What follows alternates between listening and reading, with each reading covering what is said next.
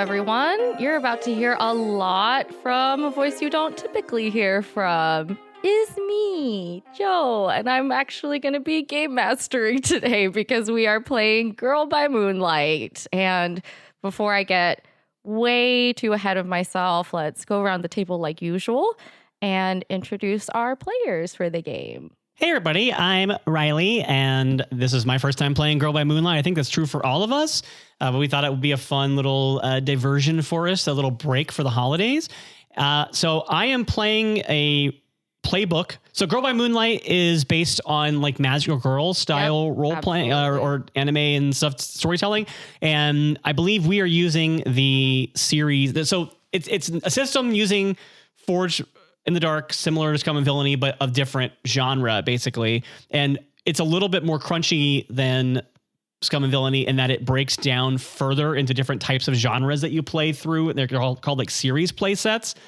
And we are using the Brink of the Abyss. Is that what it's called? Yes, At the Brink of the Abyss, which is the first series that you get introduced to. It's akin to series like Steven Universe.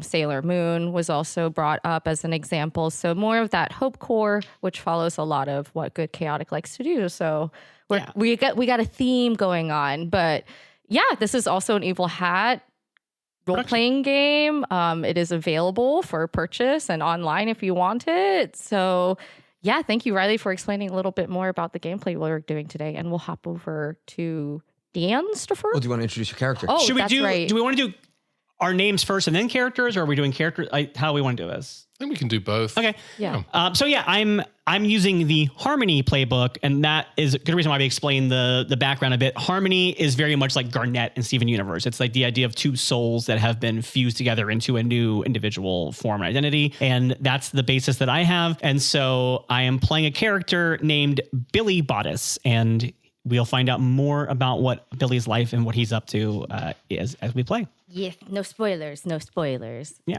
I don't know what's going to happen, so I could not spoil. Yeah. Hey everyone, Dan here. I'm a player this time. This is actually the first time I'm playing a Blades in the Dark game. This was the first time I had to make a character sheet and everything. And yeah, I will be playing as the Guardian playbook, and I will be playing Trudy Bluth. They, them, non-binary. And they are, again, you'll meet them in media res, I suppose. But yeah, I'm very excited for Joe to GM too. Not just because I don't have to GM. I'm also very excited for her to do this. So let's do this. It's my first time. Everyone, be gentle. I like that Joe opened, but here's a voice you don't hear very often. And I'm like, based on what show? What the hell? Yeah. What do you mean? Would it be easier for you if you GM'd in your Bazooka Beaver voice for the duration? Would that be... You know what is so not ironic is that there's an NPC character that didn't originally have a Southern accent, but because of who I'm basing them off of, I'm kind of forcing them to have one. Nice. But we'll get to them later. Perfect. If they show up. We'll see. Hi, Michael here, hopefully talking the exact same amount as usual. And I picked the Outsider playbook, which is like the former enemy turned ally sort of vibe, but I'm really just playing it as like a muscly Batman gruff type. Love or it. like the Midnighter, a sort of gay Batman type. There you go. Love it. The Midnighter. But yeah, Richard Gladio is my mundane name, which if you know like the tiniest amount of Latin is slightly funny. Over to you, Ben. Hello, it's me, Ben. I will be talking slightly less than usual, but I chose the Unlikely Hero playbook, which is... Playbrook is the small town you're from. Playbrook is, I think, the setting of the game. So I chose the Unlikely Hero as someone who has a lot of potential, but it is kind of working to keep up with the rest of the team and has a lot of potential and that they've not yet met. And I thought that feels like me. So I am playing, my mundane name is Emma Books, she, her. I love it. Awesome. And then the spirit of Girl by Moonlight is that even though it is called Girl by Moonlight, it is open gendered for anybody who wants to just be a magical person, and just focusing on the fluidity of that and how when we get to transform into our higher selves, the cooler powers that we get to unlock. So very excited about this game. But anyways, before I get too chatty and nervous, we'll dive right into the universe of Ota, which is very much like Earth, but let's call it an offshoot, a different timeline. It's in the distant future, and Ota, which is what the ruling entity has decided to recall Earth, which is actually order in Maori, for those of you who did not know. I did not. I know. I learned something new. Lots of wordplay today. So the ruling class is very religious, and it's based off of mainly having a lot of saints and their following priests, and then there are your typical citizens, and that can actually be delineated in what everybody wears. So your saints or your contracalos wear white, then your priests, who are called cuspis, wear kind of an off-white, same sort of holiness there, very clean lines. And then, of course, as commoners, which you all are, you wear shades of gray. So we meet all of our friends at Via Domen, which is the name of the only mall that exists left. It's kind of the last offshoot of history and times past for humanity. There's that one Bed Bath & Beyond in the corner that nobody knows why is still there, but it's there. It's somehow they're making money. There is the obvious food court where a lot of you work, and I'll let you introduce those different stores, which is right by where Michael's vitamin shop is, that he works at. Or excuse me, I should use a character name. Richard. That Richard works at. And it's close to the holiday times for everyone. It might be a little busier in Via Domen than usual. So sorry, what color do the contracalos wear? The saints? White. And then it's just Auspice? A pure white. It's like an off-white. Auspice like a is cream. off-white? Okay. Yeah, it's like an eggshell. Okay. I know that's not specific but for my ladies out there, there's a difference between white and like. Oh, no, that's specific. Great. Sorry. Boys can collect Pantone books too. Okay? Thank you, Joe. Jeez. What I did forget to mention for our listeners is that this universe is all about order and technology. It's moved onto a big mega city sort of experience. So the need for human-made items such as artisan work like carpentry or paintings or even music that isn't synthesized is not really as respected as something that is clean, pristine, and perfect every time. It's getting close to the holidays. There's some foot traffic happening in Via Domen for everyone. So we'll zoom in on Michael. Michael, what are you doing in the vitamin shop during this holiday season? I don't know how this is going to fit in with the world you've constructed. The vitamin shop is more of like a supplement store. I have decided it's called the Build Box. It's where you go to get your various like muscle milk, mineral powder, vitamin stuff. Richard is like a skinny guy in a gray muscle shirt and like slightly different gray gym shorts, just sort of talking to various people with like these huge tubs of chalky powder. You're like, this is the stuff. You gotta, well, sorry, hold on. Richard voice. You gotta try this. It's really, it's the stuff it'll grow your, muscles big. And so this is gonna give me the definition that I need in my delts. Yes, delts, glutes, the sides, arms as well. Yeah. Okay. And then, because I'm trying to get really cut for this season, it's winter, so shirts are definitely off for right now. Take them. Yep. I've got to make sure that the holidays are celebrated correctly. So what do you suggest to make sure that I'm in peak performance condition? Well, do you want performance in terms of actually using the muscles or performance in terms of showing them off, like cut like you said? I think let's go for the second one. Yeah. So what you want to do is just really dehydrate. You need to just stop drinking any water. just don't let that liquid touch you, and you want to switch to all powder. Like, let me get you 3 or 4 of these jugs of powder. This is the stuff you need to really kind of dry out the skin so it sticks to the muscle. And as Richard is saying all this, the big hulking gentleman, it's all arms. He doesn't do leg day.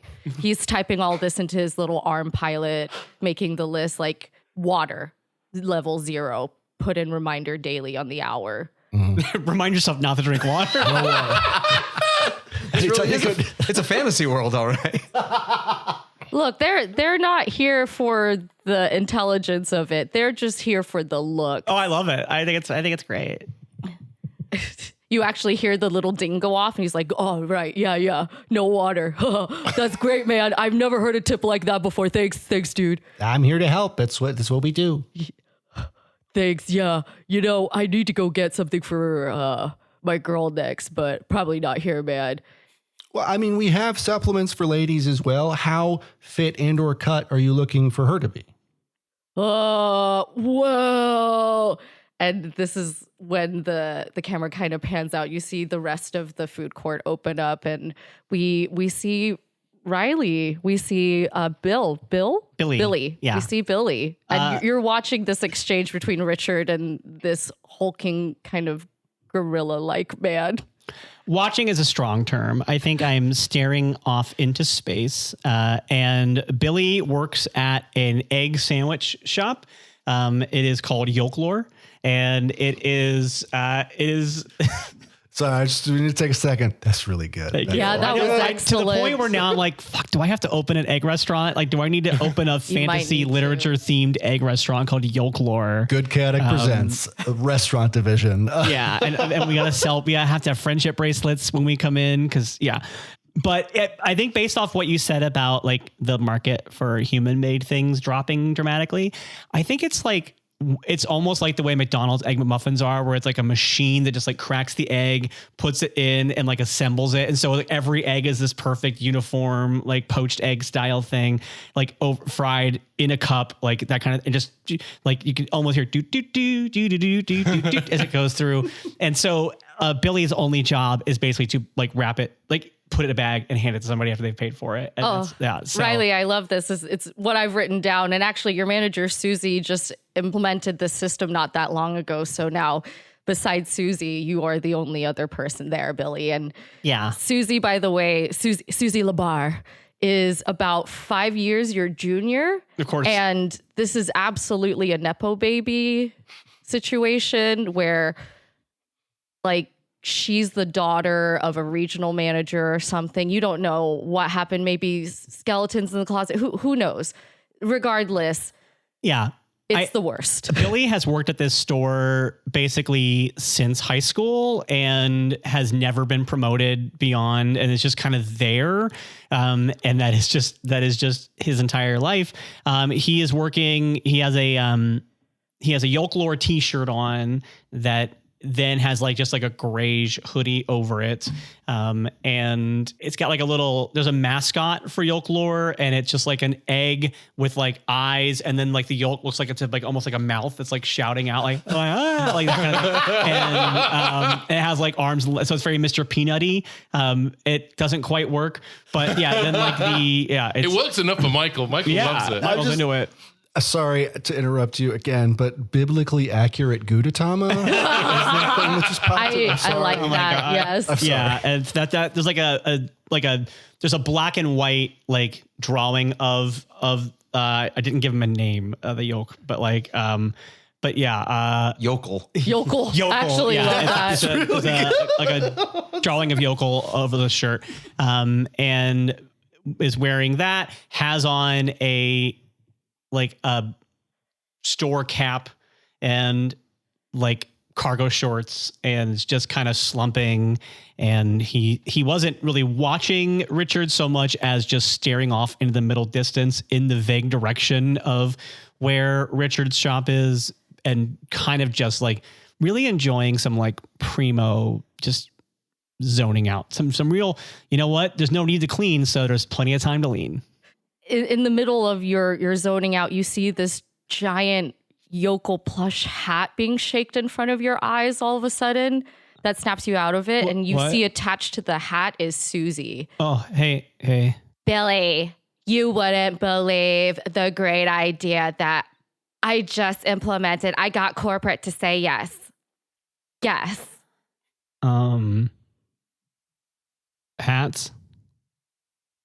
Billy, you are so smart. Like, how do you know these things? You're holding a hat.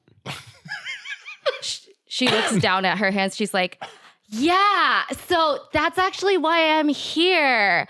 And Susie kind of violently shoves it on top of your head, and it's in the way where the mouth is kind of around your head. If y'all have not seen the sort of plush hats that they now have at Disney parks, especially the Asian ones, that's the ones I'm thinking of, where it's giant plush and you're a caricature. As she looks at you and says, oh, you are the best yokel I've ever seen, and now we'll sell 3,000 more of these. Hold on, I got to get you on the snip snap. She takes out her device that's really just her headset that she's like blipped on the side. Yes, Billy, work for the camera. Billy, look here. Billy, I want to see you sexy. Give me, you are a fried egg. Now give me scrambled. I Poach. I don't know what those look like. She just keeps going on and on with different egg flavors and egg preparations. Do you think people will get confused because we only sell fried eggs? So if they come in thinking, oh, they have scrambled eggs now, I saw it on the video. No, you just put that in the customer box, Billy. I don't know why you asked me these questions. Like I feel like, do we need to go over your duties again? No, please no. Oh, okay. Well, I'll be back here if you need me or something. Okay. She dances off into the back, and you just see a small little mountain of those stuffed yokel hats. And I think one of them like makes a little squeaky noise or something as she like picks it up. It's horrid back there. Okay, I wish I were dead. we That is the customary way of saying goodbye in this universe. Yes. And also in the game universe. Well, it is a very religious society. Everybody wants to go to heaven. So I wish you were dead. Yeah. You know, I said I wish I were dead. I wish I were dead. I wish we all would. Your mouth to comes in. We pen next to the itsy bitsy teeny weeny yellow polka dot paninis, where Trudy works. Yeah, Trudy has been sent out to be the free sample giver because they are, frankly, they can't deal with their coworkers at all because they're constantly just gossiping and just like, and Trudy is just like, I can't deal with this. I just put me out on the front. It's fine. So, the outfit that the workers of Itsy Bitsy Teeny Weeny Yellow Polka Dot Paninis has to wear is a gray polo shirt and gray khakis, and over which there is a gray apron with a bikini top printed on it, but it is also gray because we all have to wear gray, and so they're not even really trying with the theme, and just really with 1,000-yard stare. You know, Trudy has one arm on their waist and the other one holding out the free sample tray of paninis.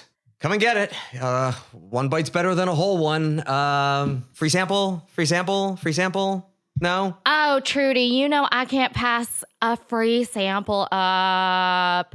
And you see a well-manicured little hand snatch a sample, and it belongs to no other person than Bethany Rightful, the manager and operator of the Hallmark, because Hallmark is still existing. And she is just dangling with those jingle bell earrings and just tanned as the day is long. And she is chewing very loudly with her mouth open on that panini. Hello, Bethany. I would prefer you just say that you're going to get your lunch here. You don't have to pretend by keep coming up and saying, oh, just a free sample. Like, I don't care. You want some more? Here. I can just pick from the whole tray and I don't even have to buy.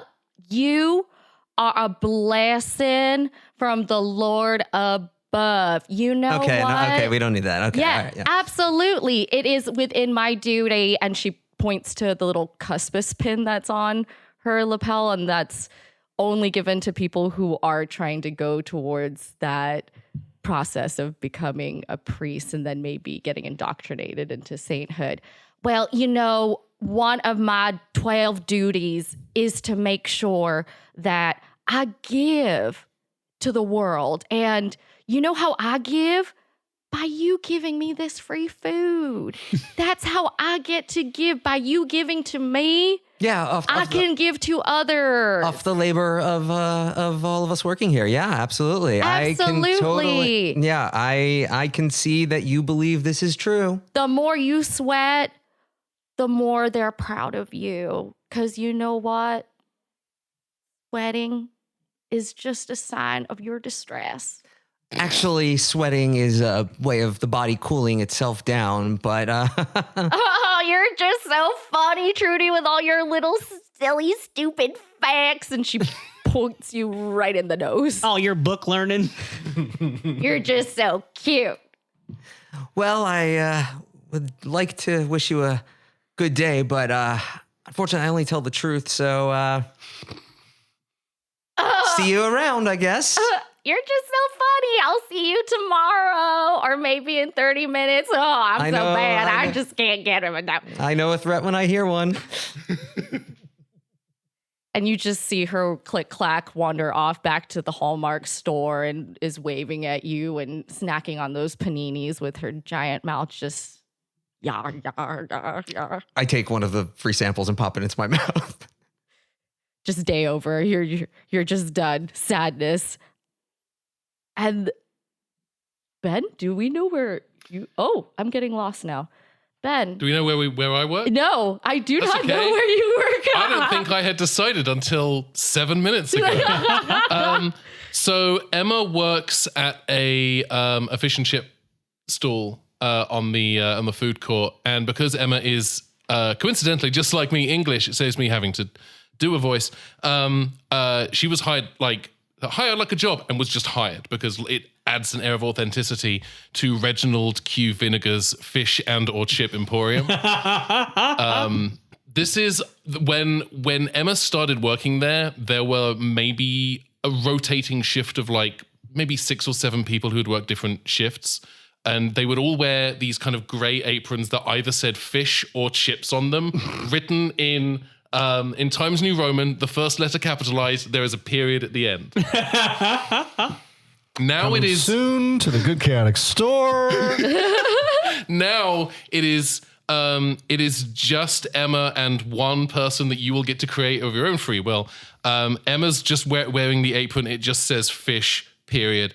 And this particular chain used to be everywhere, and now it is basically just in this food court because the quality of the fish and chips is laughable. The chips are not... If you've had proper fish and chips from England, this is not that. This is...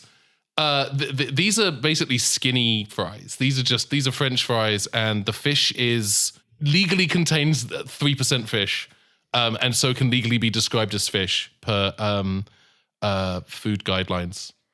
And it's about to get worse because you see your coworker come up and it's Tim, and Tim is holding up a chart with different fish percentages, and he looks at you and goes, Emma, I think we're out of fish, so we gotta find a new way to fish this fish. I don't like where this is going. No. See, so I did some historical research the other day. I saw this film called Sweeney Todd, and no, hear me out, Emma. I don't want to. What? Now, I'm not saying it has to be people. But you're not finishing that sentence.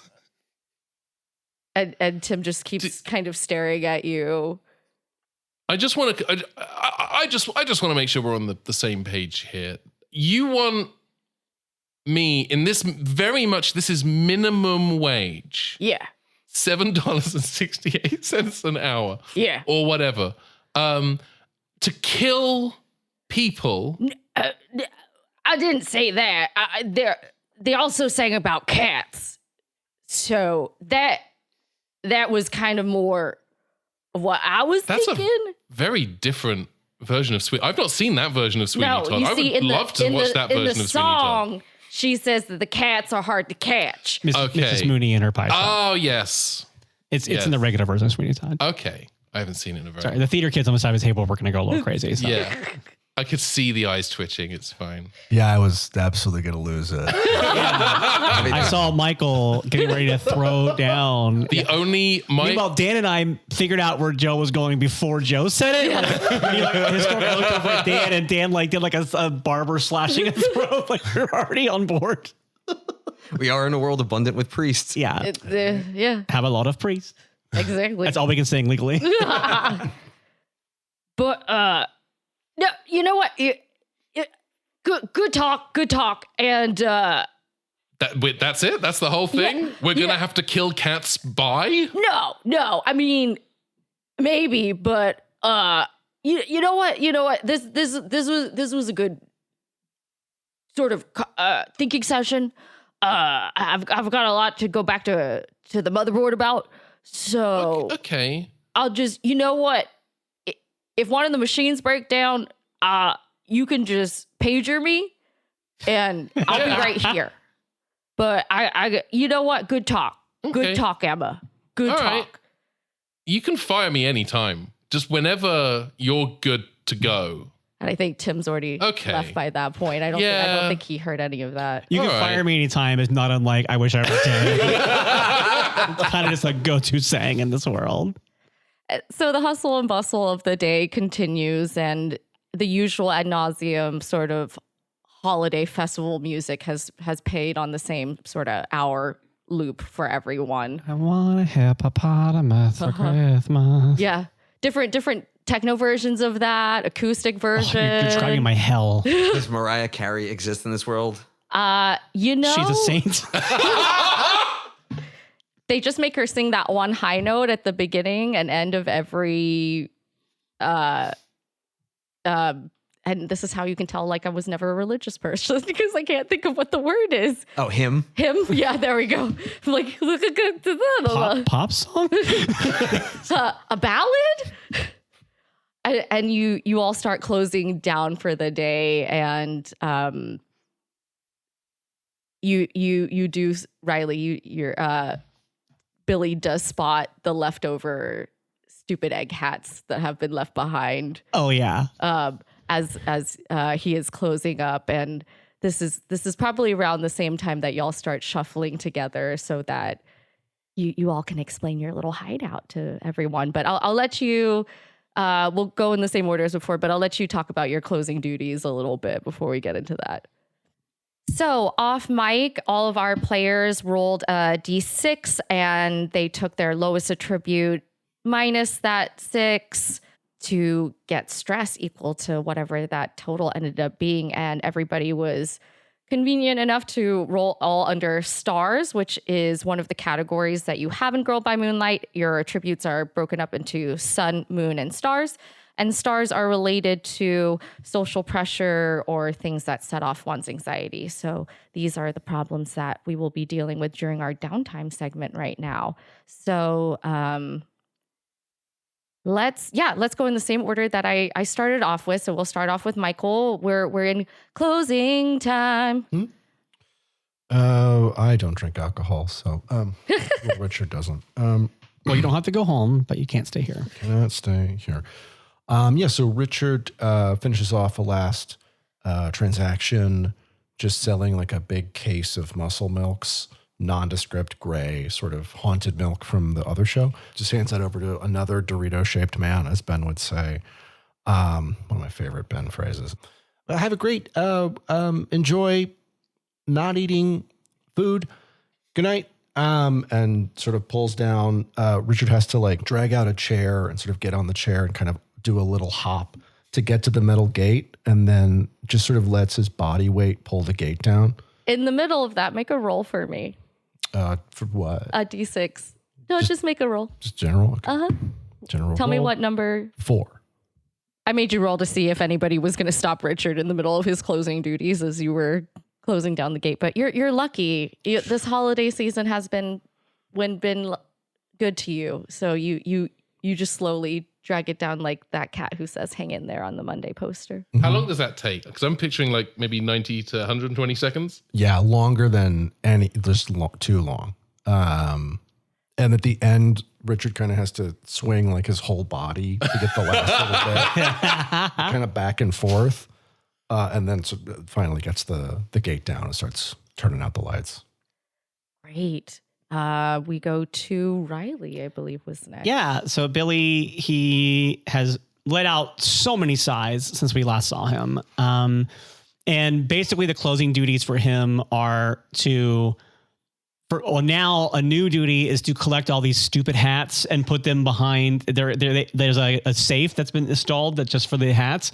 And so he's had to memorize a new code to put the hats in the safe, has forgotten that he's still wearing one. And he also, his normal closing duties is to take all the little individual like skillets that are used to cook the eggs, and he has to like unload them all from the machine that uses them and then load them all into the very industrial washing machine, like dishwasher that's back there. They have not yet invented a machine that takes things directly from the cooking apparatus to the washing apparatus. So a huge chunk of Billy's duties are he has to, when he's not giving customer their egg sandwiches, he has to move all the pans from one machine to the other machine to prepare so they can be cleaned as the night goes on. It just makes me think of whenever you're forced to take apart the soda fountain at the end of the night. Yes. And you're just like, this is the worst. Yeah. And then he has to refill the egg powder machine because it's 100% just out powdered eggs. And like, there's no actual eggs being cracked at this point. It's a whole system. It's real nasty. I love this. It just makes these egg pucks. I love this so much.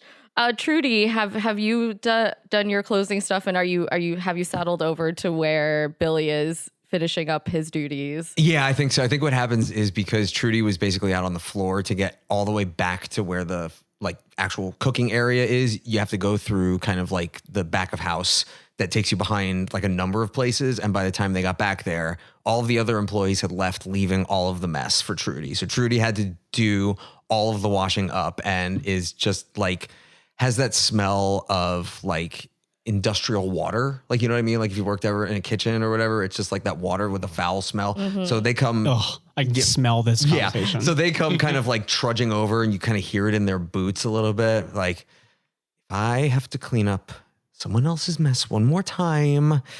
I am going, hi, how are you? Hey, can you hold this? Yeah, I will.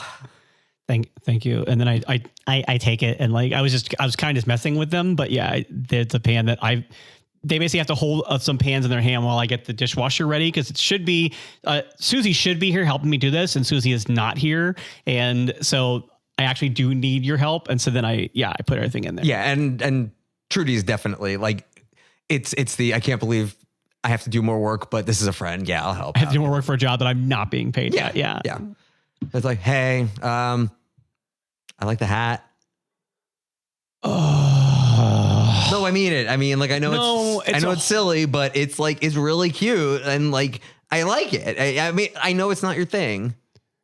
No, I forgot that I have it on. And now I have to open the safe again and put the hat in the safe for Susie's. So now I'm like entering in this complicated code for the and Trudy feels terrible. Like, I'm sorry, I had to give you something else to do. No, it's better than if I found it later and then I had to do it later. So I think the others would have thought it was cute too. So if that's worth anything. Okay. I'm sorry. After you've safed the final hat, do you side saddle over to where Emma is, or do you start heading towards where? Yeah, we'll pick up Emma. I think Emma is already sitting at a table in the food court area, because I think when Emma first started this job, like cleanup at the end of the day was very involved. There were trays and stuff that had to be put away, and this is where I reveal I've never worked any kind of food service job. So all of the food service job stuff. But as people have stopped coming to Reginald Q. Vinegar's Fish and or Chip Emporium, they stopped doing morning setup because no one would buy fish and chips. So they've stopped doing most of there's stuff that they have to do to maintain their C rating for food and safety. And that's mostly tipping a mop bucket of water onto the floor and calling it a day. I think it's food and or safety. Food and or safety. It's one or the other, but not both. Crucial. And so, yeah, I think they've reached the point now where there is so little they don't even pull down the gate anymore. She just walks away. You said it was Tim was the other employee? His full name is Tim Othie. Tim Othie. Yeah. Okay. Yeah. I don't think Emma or Tim has like fully. Riley's leaving. Riley just got into a Corvette, and I can hear the tires squealing as she revs away. Wildly, of all the cars you could have picked, the Corvette was like my dad's favorite kind of car, and like. I still to this day am sad that I never made it big enough to buy my dad a Corvette when he could still drive because he was alive. But so it's just so wild that you picked Corvette. It is. I don't know whether we've had this conversation before. It is immediately the car I think of when I think of you. I have no idea why. Yeah, it's weird. Maybe we've talked about that before. Is it because I'm secretly a space princess who's also flying in a Corvette to okay. Princess Leia's ship in Star Wars is a Corvette. Okay. That's the one with the robots, yeah? Yeah. Okay, cool. I mean, all the ships in Star Wars have robots. They're called droids, and they're part of the society, but... Droid rights. Cool. So, Emma and Tim Othie, they just walk away.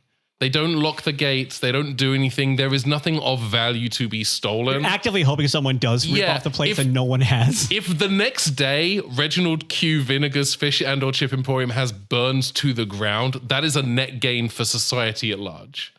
The problem is at the vinegar. They just walk in and they're like, oh, like all the money smells like vinegar. Like, yeah. It's just. You keep leaving like flammable things near the grease and rags and hoping, but it never happens. Yeah, there's like an outlet with too many things plugged into it right above a vat of like incredibly flammable vinegar. And grease that has never been changed in the history of this restaurant. Yes, not even a little. Yes, even when this place was quote unquote popular. Amazing. Just a dippy bird with a match in its mouth. But the vinegar puts it out. So yeah. There's like so much trace vinegar in the air because I have worked in a restaurant a few times, but I worked at an Italian restaurant. Italian's a very strong word. I worked at a pizzeria Uno, and all of our pizza pans, because it's deep dish, use this like garlic butter, like a liquefied garlic butter that we would pour in. And when you were done working a shift there, that had like seeped into your skin. Yeah. You like could not leave work and go out. After work, you had to go home and take a very, very chubby shower. I think everyone who rides the same bus as Emma when she gets the bus home hates when she gets on the bus because they just get flavor blasted with the worst vinegar smell. Like the grease water that you all have to deal with, and then also the vinegar. Just nightmare flavors. That girl fuck a Lay's potato chip? What the fuck is happening? You can't have just one. Okay. That's so funny. I would assume by this point that Richard has also kind of sights out his way over to everyone. And that mysterious hallway that always exists in the mall that you want to kind of go down, but you're a little scared because you're not really sure where it goes. You start smelling this wonderful smell of old books and coffee, and you see a light beam start coming out of that area, and you all know what that means, and it means that your hideout is available for entry. And as all four of you enter through the space, the lovely coffee breeze wafts by you and neutralizes all of the food and cooking scent from the day, so that at least while you're in this space, you're good. On the side of the wall right after you go through the coffee breeze are maybe some onesies or slankets of some sort of kind. If you would like to get more comfy, you can, because gray is very drab, and all of the little accoutrements that you have, such as blankets and pillows, are all coordinated in your individual colors that you like. Much more colorful and vibrant than the rest of the world that you currently live in. That's all very angular and gray and dingy. It's more of the interior of a treehouse. So there's a lot of wood. There's an open center area that's dipped down, sort of like those 60s, 70s lounge carpet or couch spaces that were sort of sunken in. Conversation pit. Yeah, conversation pit. Yes. That's right. Yeah, you have a conversation pit at the center of it. And while you would have loved to have the walls around this conversation pit to be full of books, most of it is actually very empty and just full of the digital copies. So they're not the physical iterations of these novels. They're projections, pretty much. You do have some little books here and there, like the rainbow fish that you have found on your adventures along the way, that you do have in physical copy. And this is your break for the day. So yeah. What happens next, friends? What happens when you walk into your hideout for the day? So I think our idea of building off of what you were building off of is that this used to be like a B. Dalton bookstore or another mall style bookstore, and has been like, it got sealed off somehow when the mall was like being remodeled at one point, but we found this like liminal space hallway that leads to it that only we know about. And so that makes sense why the bookshelves are like sparse and we're like restocking them. I think that Billy, the first thing that he does, he's gotten rid of the hat already because it was pointed out to him. And he puts on, he said like a onesie or like a cool, comfy. I think it's very like shades of green. It's very like elvish-y. It's because it's got like Celtic knots all over it and these cool designs, and it's very like soft and plush. And maybe I would say it almost is like, I'm describing Link at this point, but it's like a tunic that like kind of like goes down to like maybe like mid thigh and is like comfortable, and then has like, maybe he has like a pair of like yoga pant type like underneath it that's like maybe brown, so it does have that kind of like elvish hero kind of feeling to it, and it's very soft and slink, and yeah, I love it. Trudy's colors, strangely enough, are black and white, but I think the first thing they do is they dive into their cow onesie with the hood up and everything. And there's even like it's plush and it's very soft, and it even has like a little like pillow that's udders that it's like, when they lay down, sometimes someone will rest their head upon the pillow. I love this. And it's just very comfy, cozy. And the shoes are off. Like that's number one. Incredible. Hoof slippers. I love them. Nice. I think Richard, the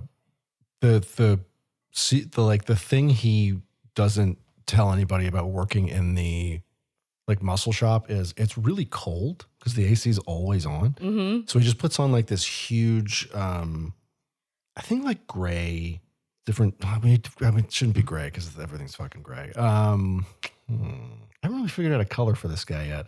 We'll get there. Gunmetal, not gray. Yeah, or even like a dark purple was like a burgundy, or I like burgundy. that. Burgundies, purples. That's really cool. Okay, yeah. So like you kind of there's like warmer, lusher tones. Yeah. Like a big kind of puffy jacket and like comfy sweatpants.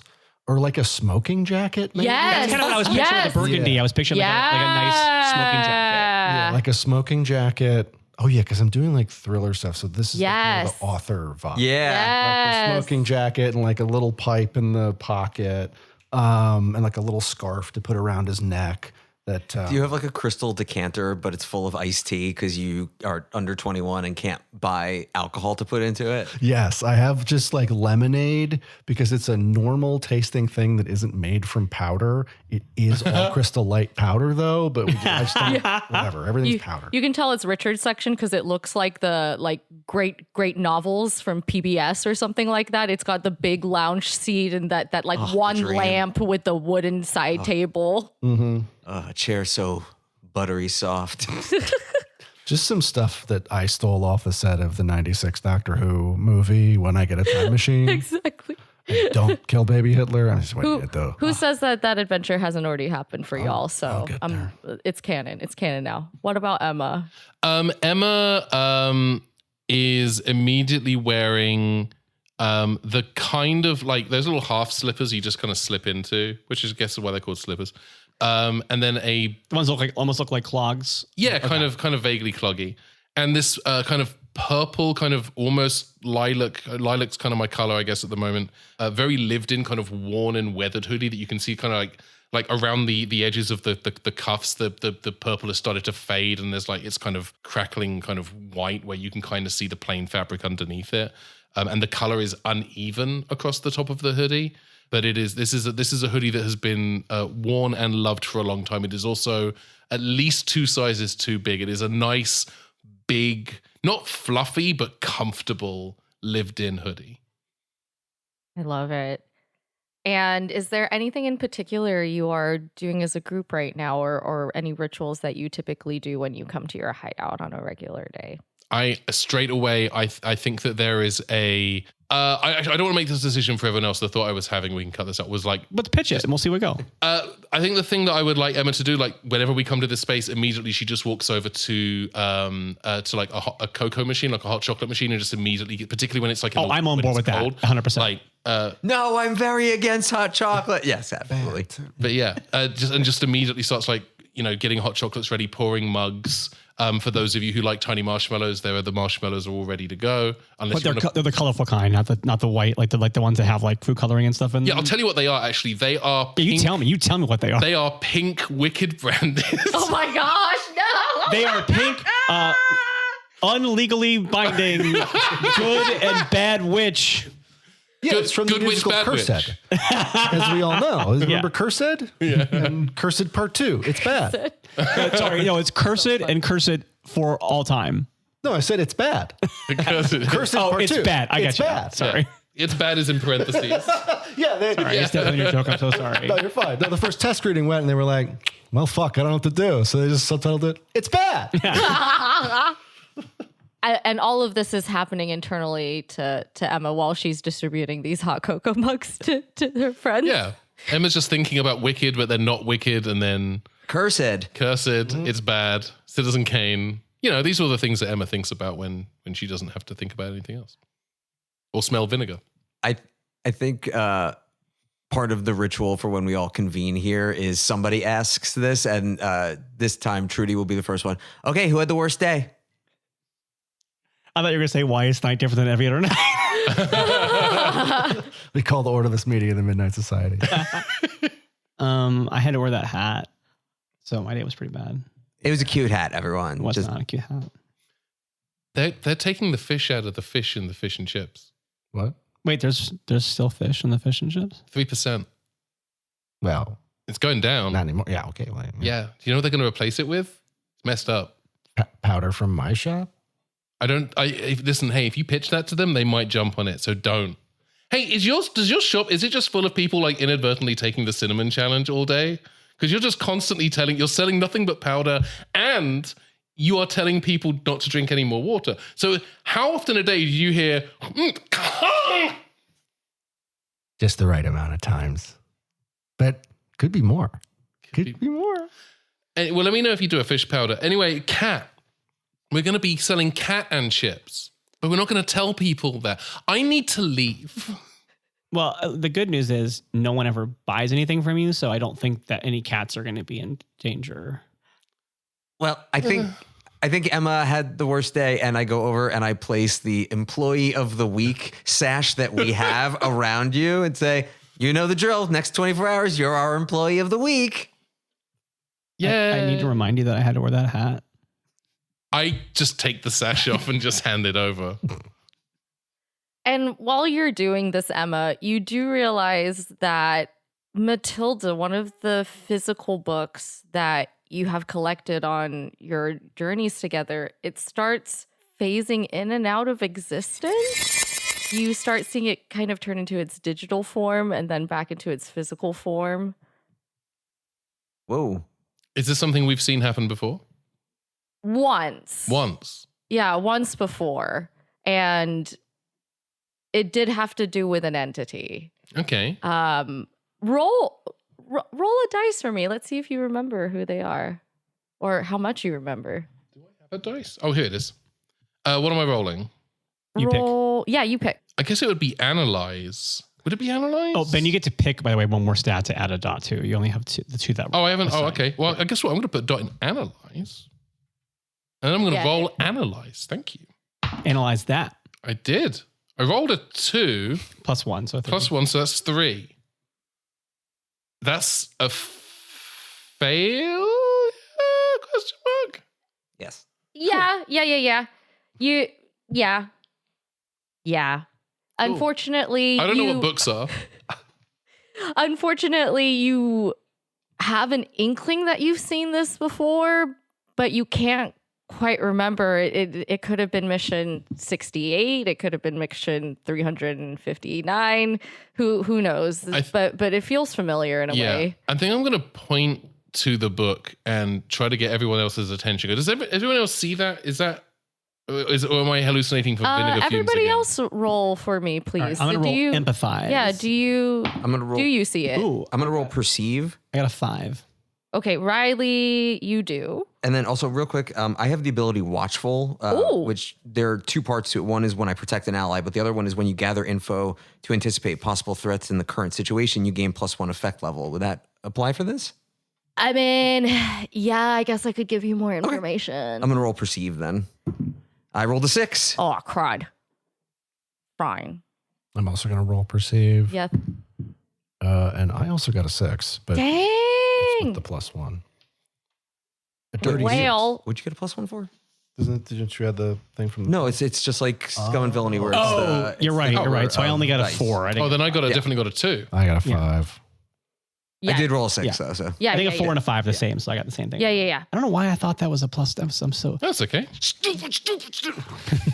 You're good. I know. We're learning by doing. Yeah. That egg hat was cooking your brain. It's fine. Yeah. Billy and Richard, you look over at Matilda and you do recognize a little more about what's happening. You realize that this is an entity from the abyss. This is sent from one of the saints that rule your world. Now, which kind you can't quite remember. They all sort of use this higher technology that allows them to phase in, phase out of things as well as objects around them. However, good little Trudy over here, our intuitive checker, remembers a whole lot more. And Trudy, maybe it's because you had to deal with this entity a lot more in close combat than the rest of your friends, but this is Faro Duantoni that you recognize from your past adventures. And now this is its current iteration, but the iteration of it before was just a technological eye. And the eye kind of looks like a lizard's eye pupil that has a bunch of like running information going along the blue, but it's pretty stark white besides that. At that time, it only had little baby hands that kind of wrapped around the eye. But as the technology gets better and better, these hands get bigger and bigger.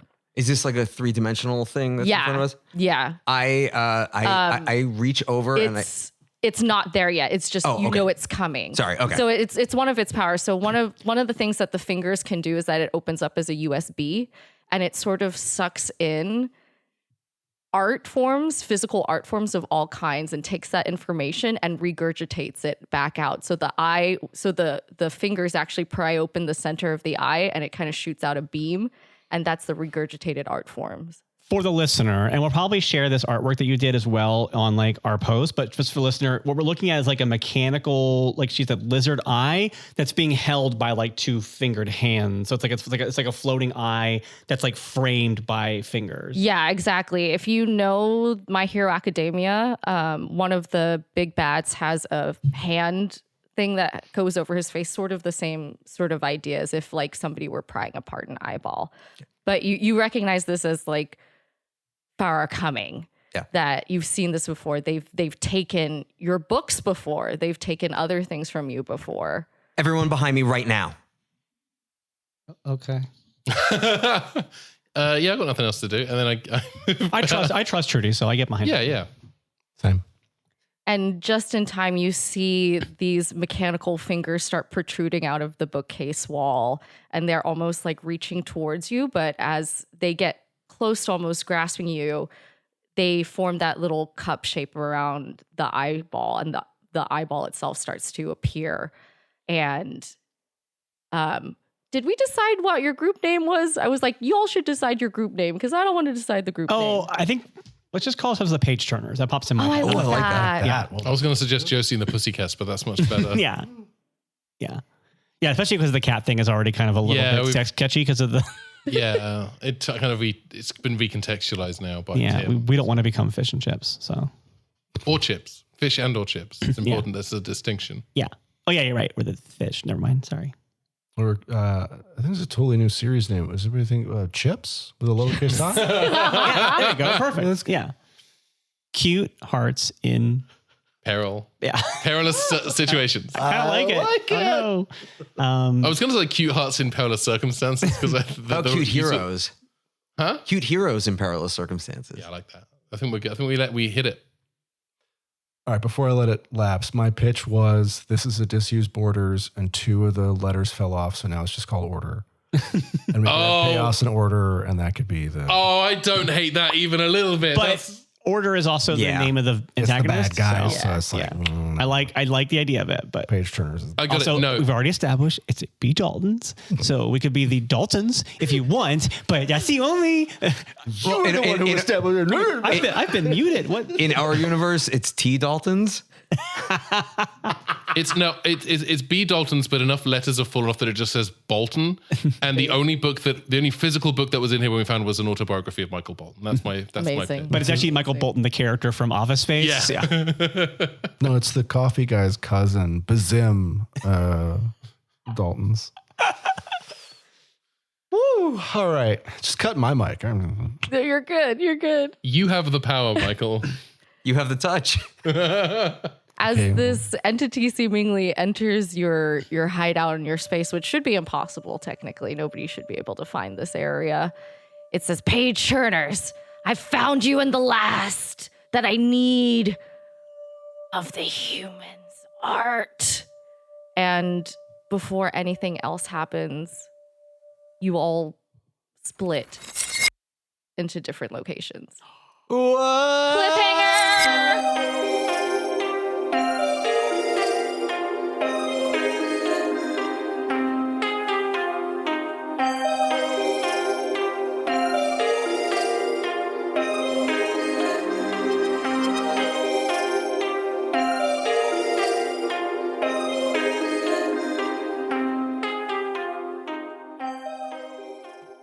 Straight away, I think that there is a drill. Yeah, there's a drill. So Billy gets to work with the vibrator. Dan, does your apartment building have Jeffries tubes? Someone was full on like running up somewhere earlier today. The Michael tangent, I can't stop myself. Do y'all know the poster tagline for Citizen Kane? No, what was it? I think it's one of the dumbest things ever. This time he's back and he's pissed. No, it's just with an exclamation point on the end. It's terrific. Amazing. That's it. I love it. And that's why it's considered one of the greatest films of all time. Oy, I honestly would have thought that was just like a critic's like description of it. I think it is, but it's like, yeah. Did Tony the Tiger write the marketing for Citizen Kane? Amazing. He went from Citizen Kane. Phenomenal work on Citizen Kane. We have this serial we'd like you to pitch. It's better than the original one, which was Citizen Kane. It's a sled.